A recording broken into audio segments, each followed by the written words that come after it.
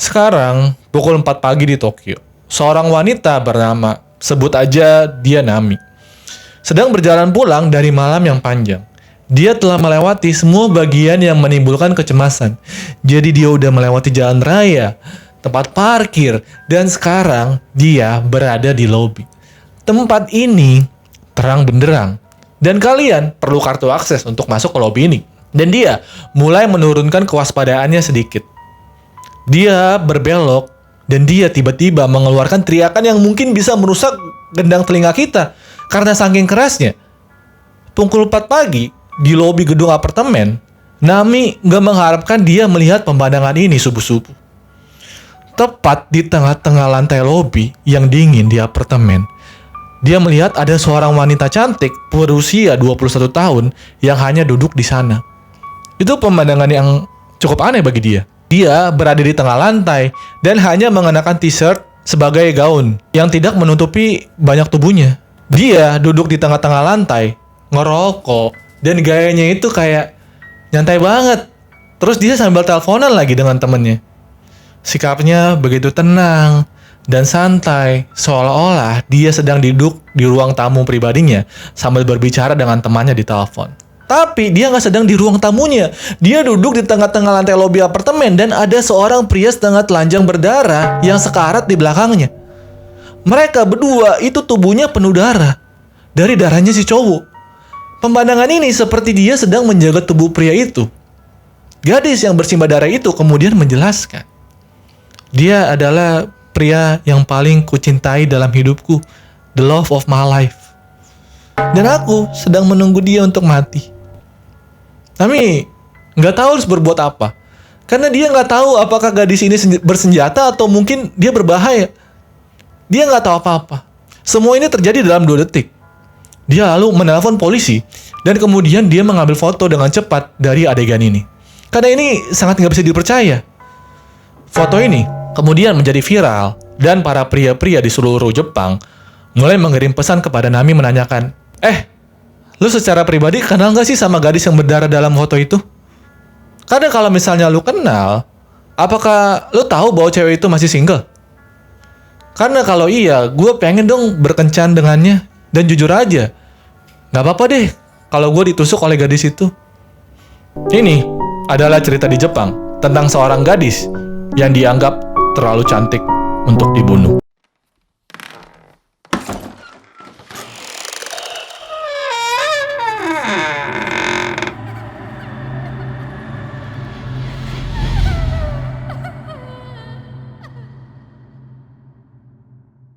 Halo semua, kembali lagi sama gue Meical.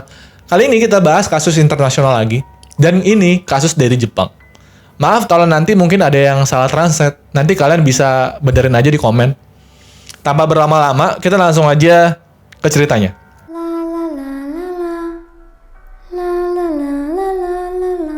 Pemilik rumah kos-kosan tersebut ngerasa agak aneh. Mungkin lebih terkesan bingung daripada aneh. Jadi ada seorang gadis muda yang cantik, dia itu bisa membeli apartemen yang begitu bagus. Nah, apartemen tersebut itu membutuhkan deposit sebesar 224 juta rupiah dan sewa bulanan sebesar 14 juta rupiah. Jadi, gue di sini mengasumsikan bahwa Jepang tuh sama kayak Indonesia, di mana kita sebenarnya mendapatkan kembali deposit penuh kita ketika kita nggak tinggal di apartemen itu lagi.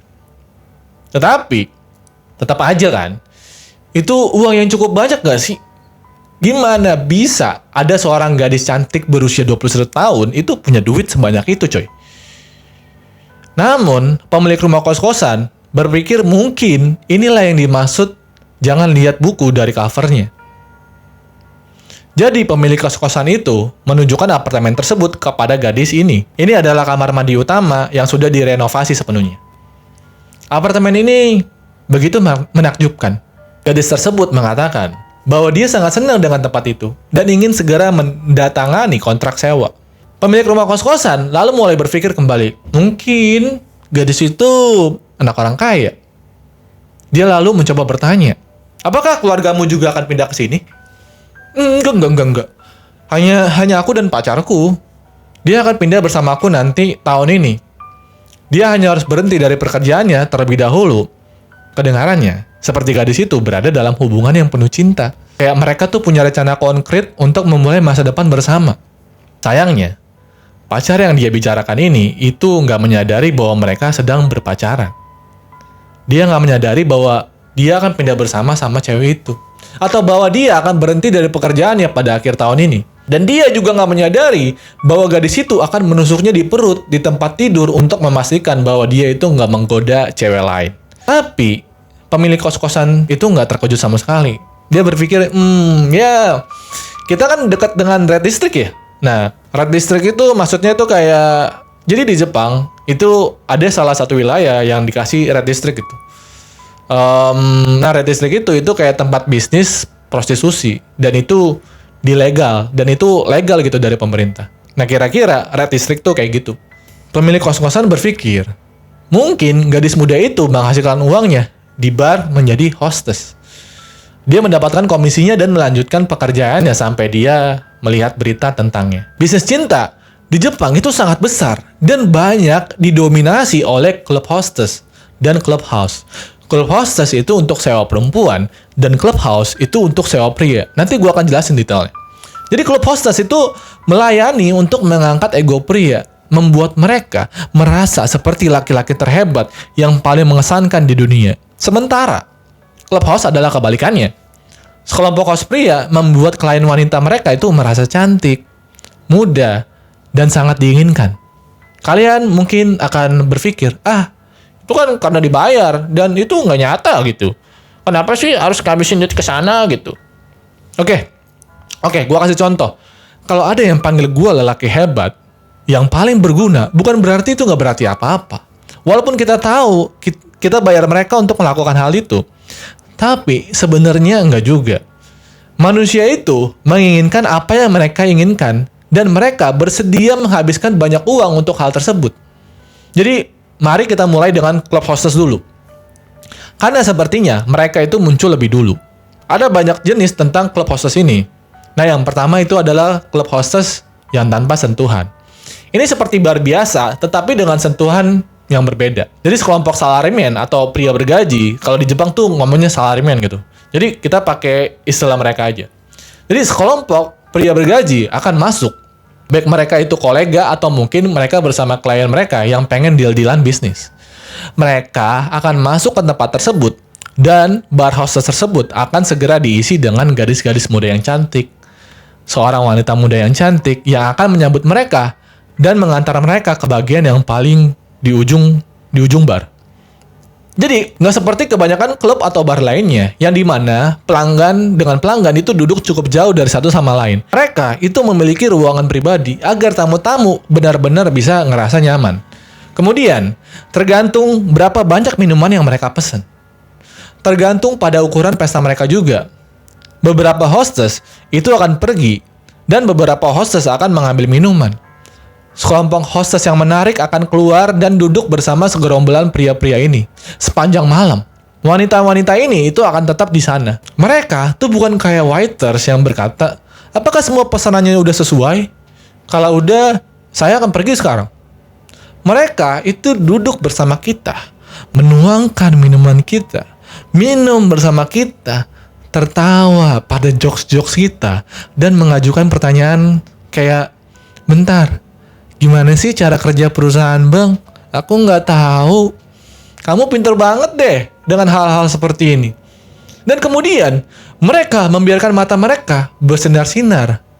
Sementara kita sedang menceritakan fakta yang paling biasa dan membosankan tentang bank. Meskipun mungkin dia tahu setengah dari hal-hal yang dikatakan pria itu salah. Mereka nurut aja membuat kita seperti kita itu tahu rumus untuk sukses dan arti kehidupan. Banyak orang berpikir bahwa clubhouse dan hostess muncul di Jepang itu karena ada kebutuhan untuk hal-hal seperti ini. Sebenarnya, enggak juga. Ini lebih terkait dengan lingkungan kerja, tekanan kerja di masyarakat. Jadi, semua pria bergaji ini itu diharapkan untuk minum dengan klien mereka setelah bekerja.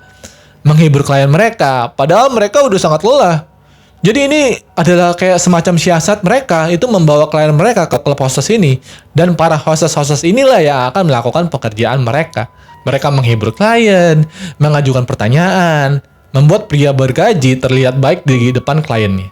Dan jangan salah, mereka ini itu memiliki EQ sosial yang sangat tinggi, sehingga mereka tahu perusahaan atau karyawan mana yang akan membayar bill. Mereka lalu akan terus memuji-muji orang tersebut di depan kliennya untuk meninggikan ego mereka. Gila ya?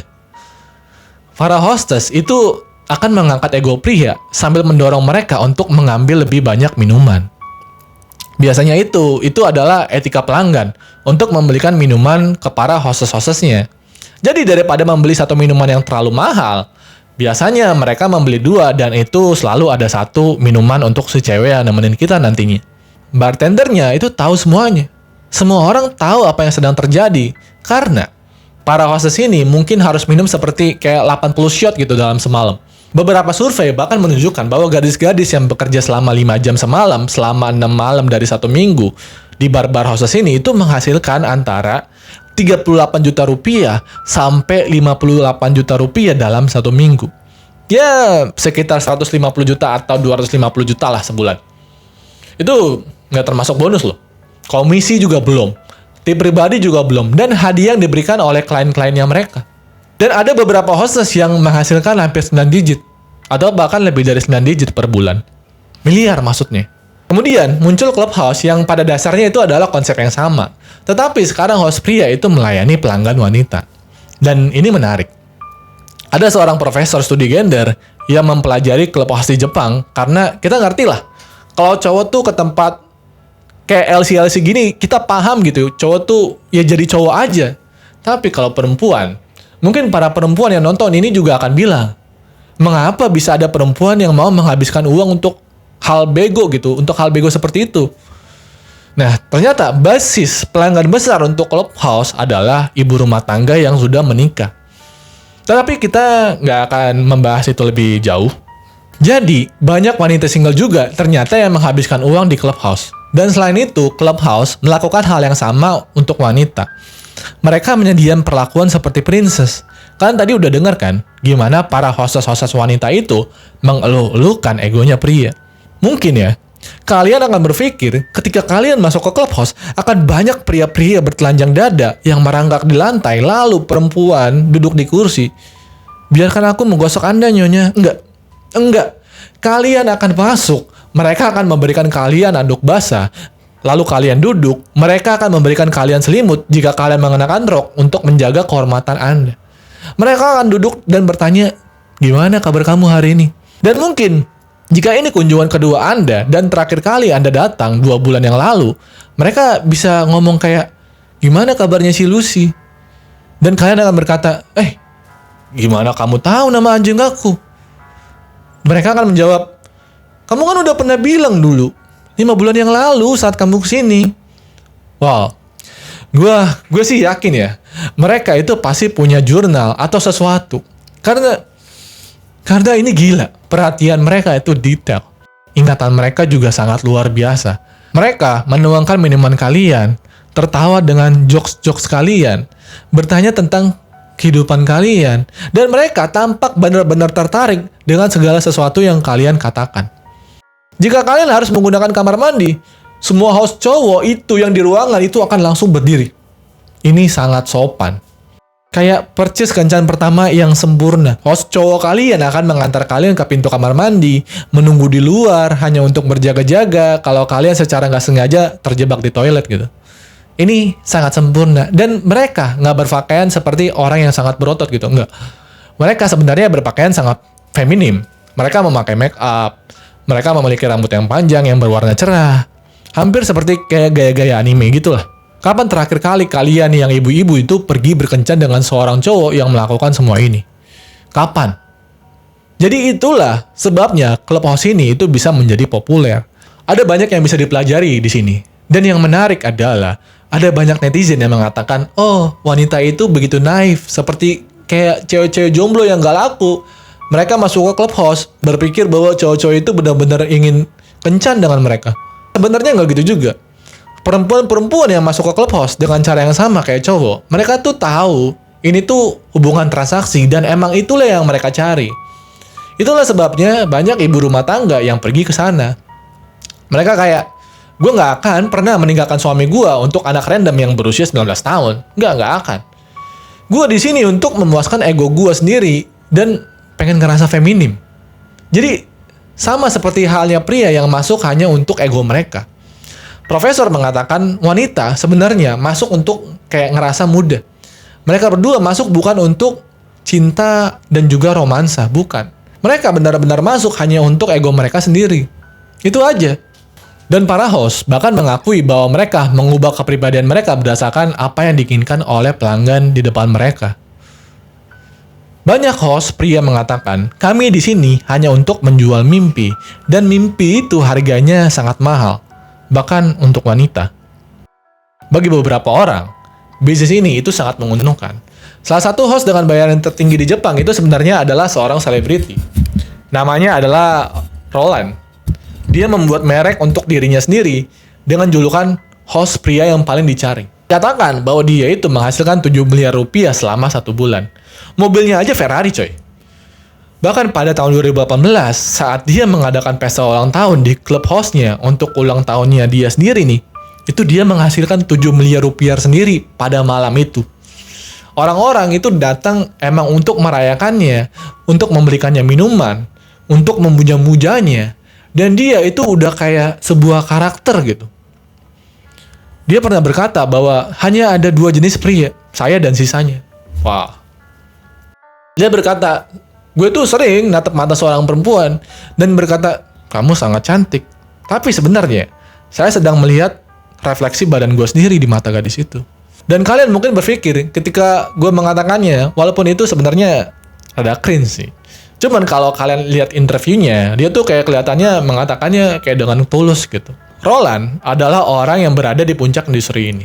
Ada lebih dari 11.000 klub host dan hostess di Red District Tokyo yang mau menjadi sepertinya. Dan Phoenix baru aja mulai bekerja di salah satu klub tersebut. Bagi banyak pria lain di klub, itu adalah kesempatan untuk menjadi Roland berikutnya. Tapi bagi Phoenix Luna, itu hanya tempat tinggal gratis. Phoenix itu memiliki masa kecil yang sangat sulit. Dari apa yang gue tahu, orang tuanya itu berpisah dari awal. Jadi Phoenix dan 6 saudara-saudaranya itu dikirim untuk tinggal di panti asuhan, dan itu bukan tempat yang baik. Semua anak di sana itu udah cukup trauma dan mereka itu nggak menerima kasih sayang atau cinta orang tua yang memadai. Mereka itu diperlakukan seperti orang dewasa di usia yang terlalu dini. Sebagian besar anak-anak di panti asuhan sebenarnya meninggalkan lembaga itu sekitar usia SMA gitu. Karena betapa buruknya panti asuhan itu. Dan Phoenix, dia pergi tanpa lulus SMA. Di tempat seperti Jepang, itu sulit men. Itu sulit. Apalagi tanpa ijazah SMA gitu. Itu kayak nggak mungkin. Akhirnya, dia nggak punya uang dan tempat tinggal. Dia hanya akan berpindah-pindah dari warnet ke warnet. Dia mencoba tidur di sana, dan itu kayaknya sangat sulit gitu. Jadi dia berpikir, mengapa gue nggak akan mencoba sesuatu yang gila? Coba deh, gue ngelamar di salah satu bar host, apakah akan ada yang menerima gue? Nah, bar host itu dikenal menyediakan asrama untuk banyak host yang bekerja di klubnya. Dan itu udah cukup bagi Phoenix. Bahkan jika dia nggak dibayar pun juga nggak apa-apa. Punya tempat berteduh untuk tidur itu udah cukup buat dia.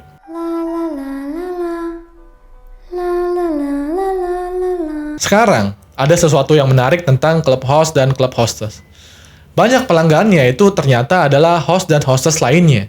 Jadi misalnya, beberapa hostess udah selesai dari shift mereka setelah menghibur pria sepanjang hari. Dan gue juga yakin itu pasti sangat melelahkan.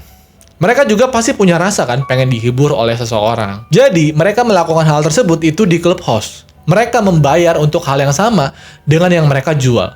Punya pendamping, naikin ego mereka, dan sebaliknya untuk host yang pergi ke bar hostess. Dan sekarang, salah satu klien ini itu adalah Yuka Takaoka.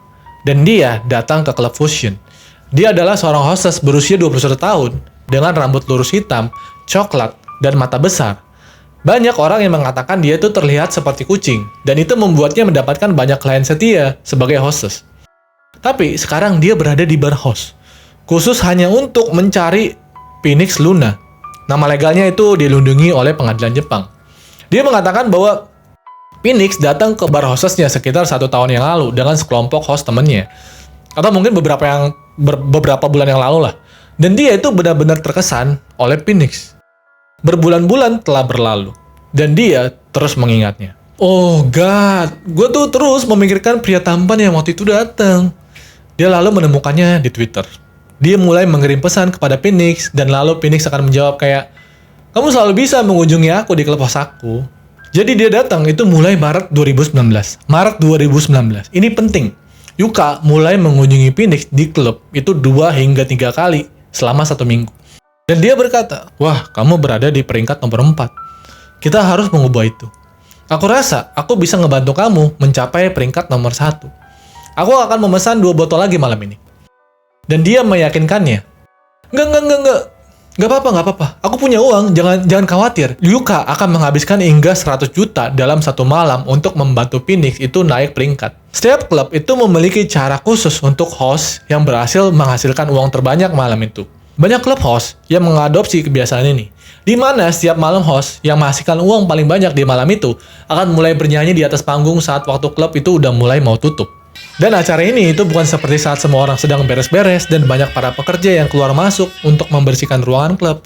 Lalu mereka hanya bernyanyi dan nggak akan ada yang mendengarkan. Tepatnya ini tuh kayak seperti konser.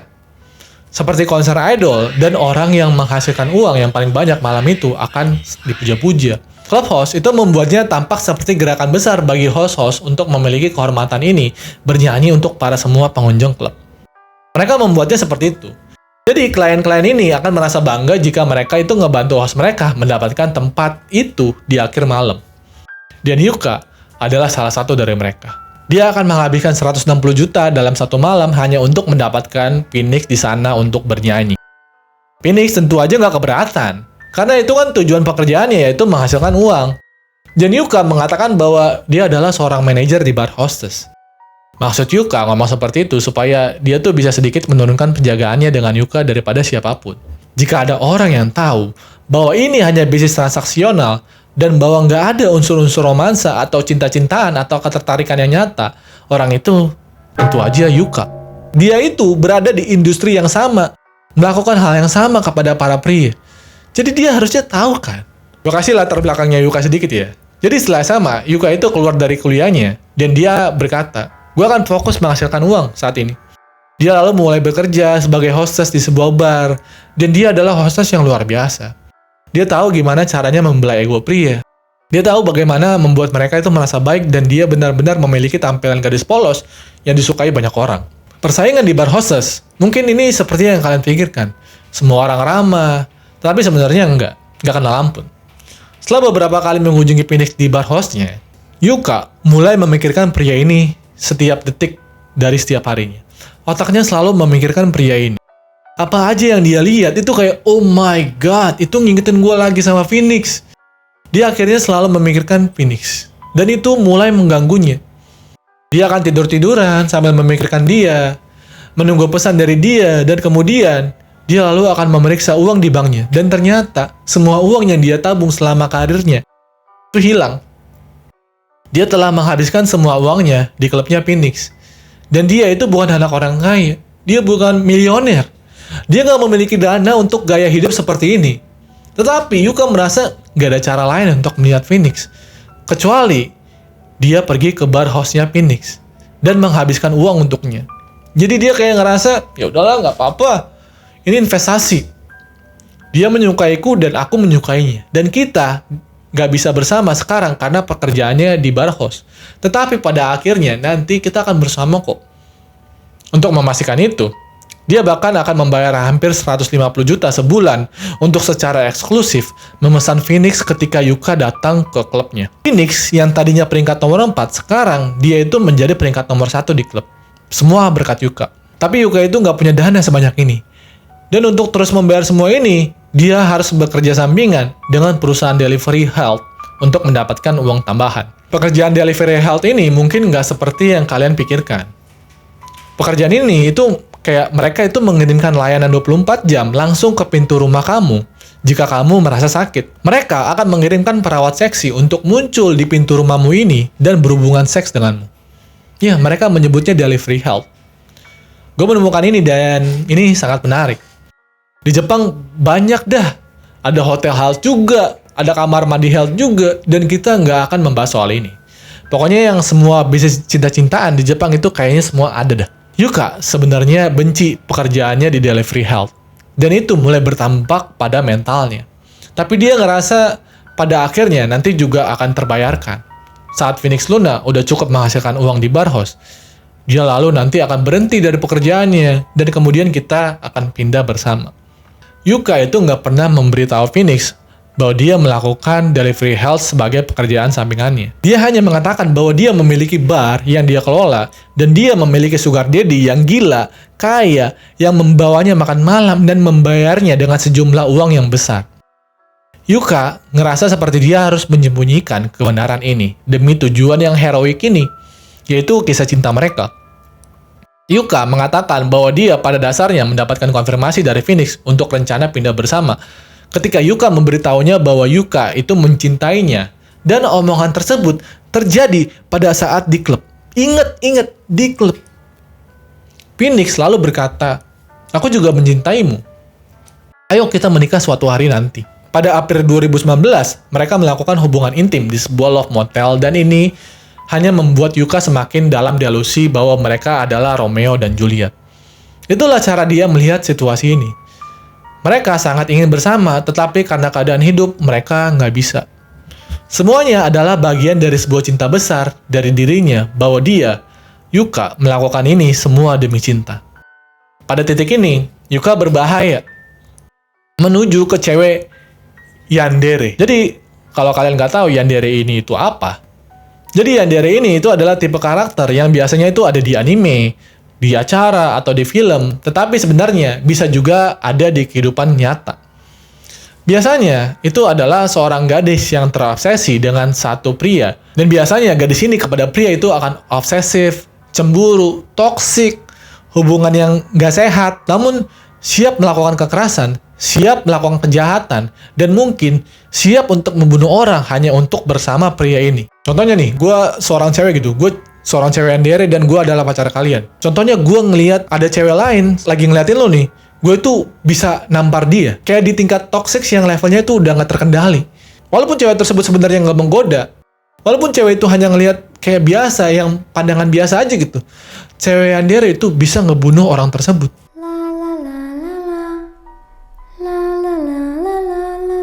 Phoenix adalah seorang host di bar host. Dia memiliki tanggung jawab untuk merawat kliennya walaupun di luar bar. Bukan kayak dia harus tidur dengan mereka ya. Ya kecuali dia mau dan memilih untuk melakukannya. Tetapi dia harus memastikan bahwa mereka itu bahagia. Jadi dia akan pergi ngedate dengan Yuka, di mana dia akan pergi ke kafe kucing bersamanya, menonton film dengannya, dan meskipun Yuka membayar semua kencan ini, dan ini juga pasti ada elemen transaksional untuk semua kencan ini. Dia nggak melihatnya seperti itu. Yuka nggak melihatnya seperti itu. Dia kayak, enggak. Ini itu cinta. Dan ini itu adalah kencan sungguhan. Ini adalah pacar gua. Apakah kalian sudah melihat masalahnya di sini? Yuka tambah lama, tambah jadi.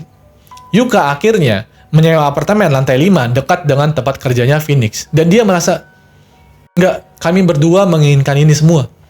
Yang harus saya lakukan adalah menunggu dia berhenti dari pekerjaannya dia, dan lalu dia akan pindah dengan saya, dan kemudian dia akan sepenuhnya menjadi milikku.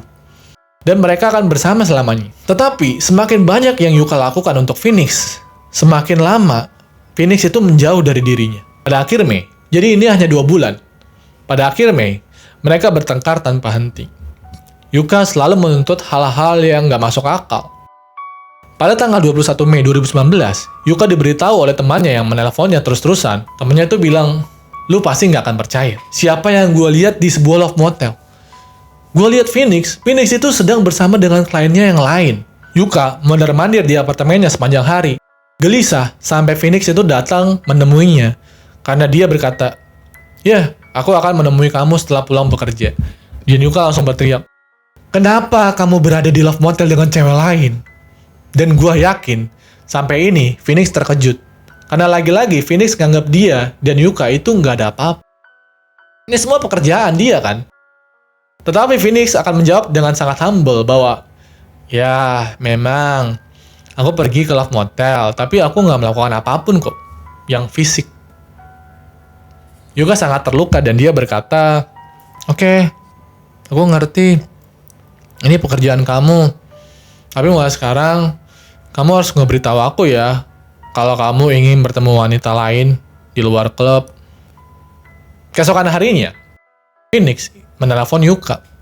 Hai, aku hanya ingin kasih tahu kamu bahwa setelah pulang bekerja nanti, itu aku akan pergi minum dengan klien wanitaku. Aku harus pergi nih. Dia memenuhi janjinya kepada Yuka bahwa dia akan memberitahunya jika dia pergi kemana-mana dengan wanita lain. Meskipun ya sekali lagi dia tuh nggak harus melakukannya. Yuka sangat marah dan dia mulai menulis di jurnalnya. Dia menuliskan perasaannya. Dia menulis tentang bagaimana satu-satunya cara untuk meredakan sakit dari hubungan ini. Dan itu adalah dengan membunuh Phoenix. Dia berkata bahwa dia akan membunuhnya dan kemudian mati seperti Romeo dan Juliet, sehingga mereka bisa bersama selamanya. Dia menulis, saya minta maaf kepada semua orang yang terlibat dengan saya. Saya memiliki kebiasaan buruk, yaitu berbohong. Dan saya ingin menjadi pahlawan dalam suatu tragedi yang indah. Sesuatu yang singkat, dan saya gak tahu apa yang terjadi dan apa yang gak terjadi. Maafkan saya karena menjadi anak perempuan yang buruk. Maafkan saya karena menjadi anak perempuan yang bodoh. Saya cenderung berbohong dan saya nggak tahu ini baik atau buruk ketika saya menemukan seseorang yang saya sangat cintai. Saya juga nggak ingin melihat dia dengan yang lain. Jadi saya pikir yang terbaik adalah dengan membunuhnya.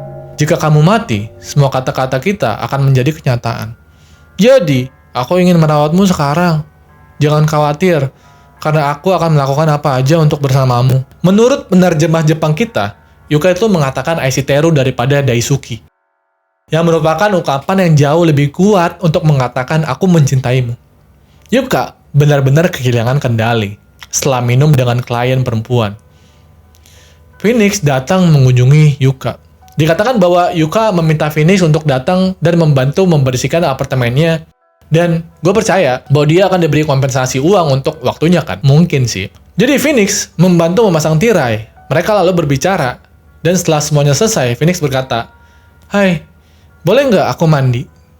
Ini hari yang sangat panjang. Dia lalu mengisi bak mandinya, masuk, dan akhirnya dia tertidur di bak mandi.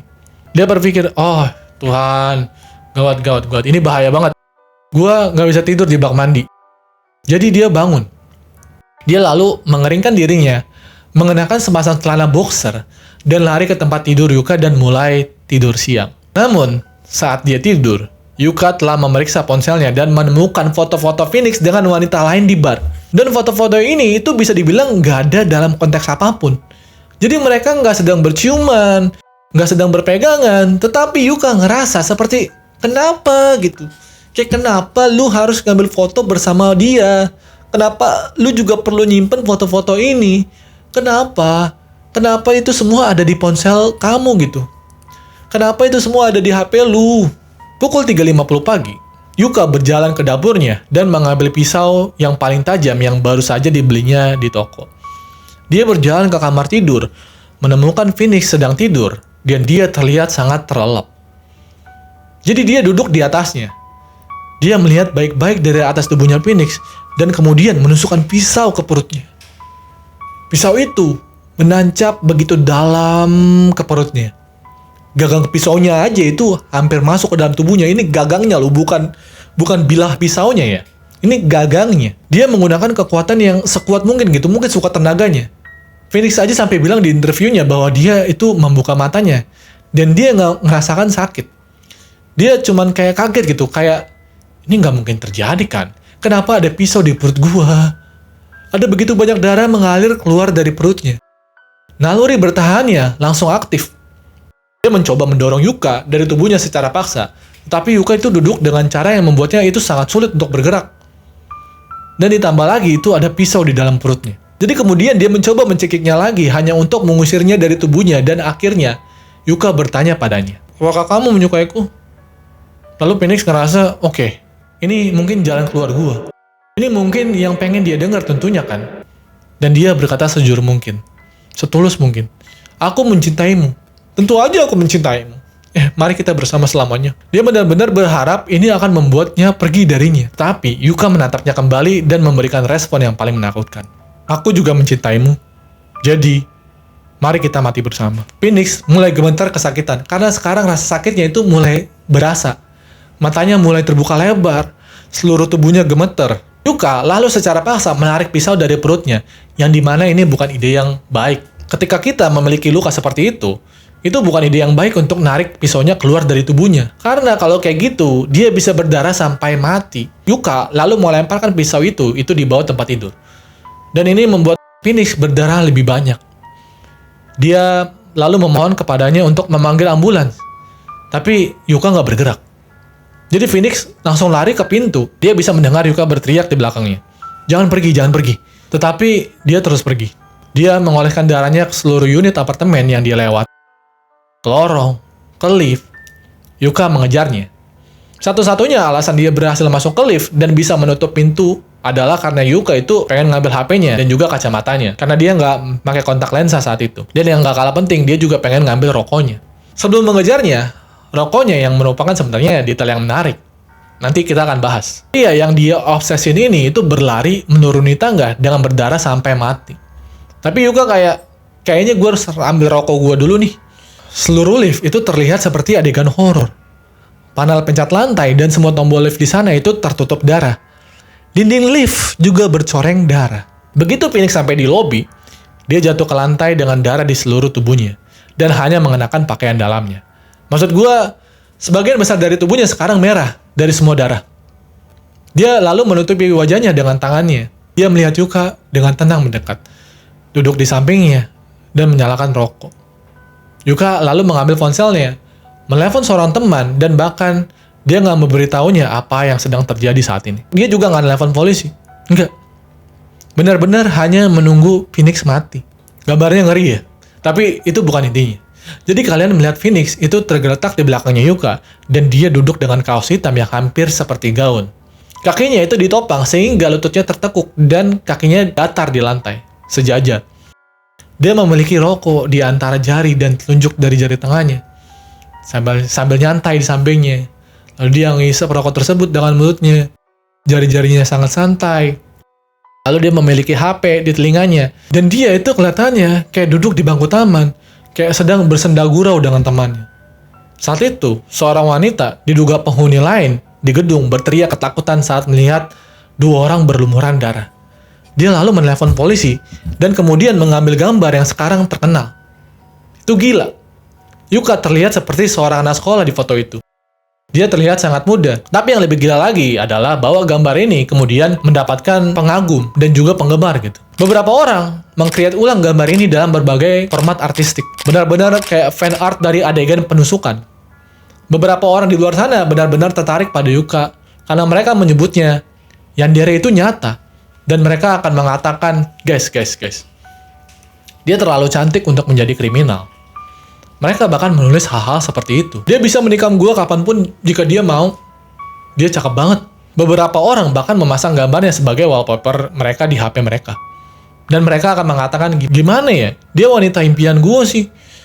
Gue pengen deh ada orang yang mencintai gue seperti itu. Yuka lalu ditangkap dengan polisi hari itu juga. Namun semuanya belum selesai. Yuka mendapatkan hukuman 3,5 tahun penjara untuk percobaan pembunuhan.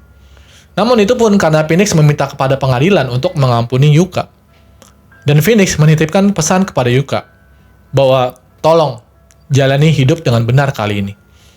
Makan seperti biasa, minum seperti biasa, dan tentu aja tanpa aku di dalamnya. Karena permintaan tersebut, Yuka akhirnya hanya dihukum dengan hukuman yang ringan, yaitu 3,5 tahun penjara. Dan Yuka dilarang memasuki Red District di seluruh Jepang. Hal tersebut tentu aja sangat menguntungkan bagi Phoenix. Karena Phoenix takut trauma itu akan datang kembali kalau dia tahu bahwa Yuka masih bisa bekerja atau bisa berada di Red District di Jepang. Kabarnya Phoenix itu dia berhasil melewati komanya selama 5 hari dan dia sehat-sehat aja setelah 5 hari dari kejadian itu. Dan juga dia mengampuni Yuka dan ngerti gitu kenapa Yuka bisa sampai kayak gitu. Karena Phoenix juga nyalain dirinya sendiri. Kenapa dia harus ladenin gitu pada saat itu juga. Dan Yuka akhirnya telah dibebaskan pada tahun 2024 Februari. Itu kayak 4 bulan yang lalu. Dan itu aja untuk episode kali ini. Gue pengen dengar tentang pendapat kalian setelah mendengar episode ini.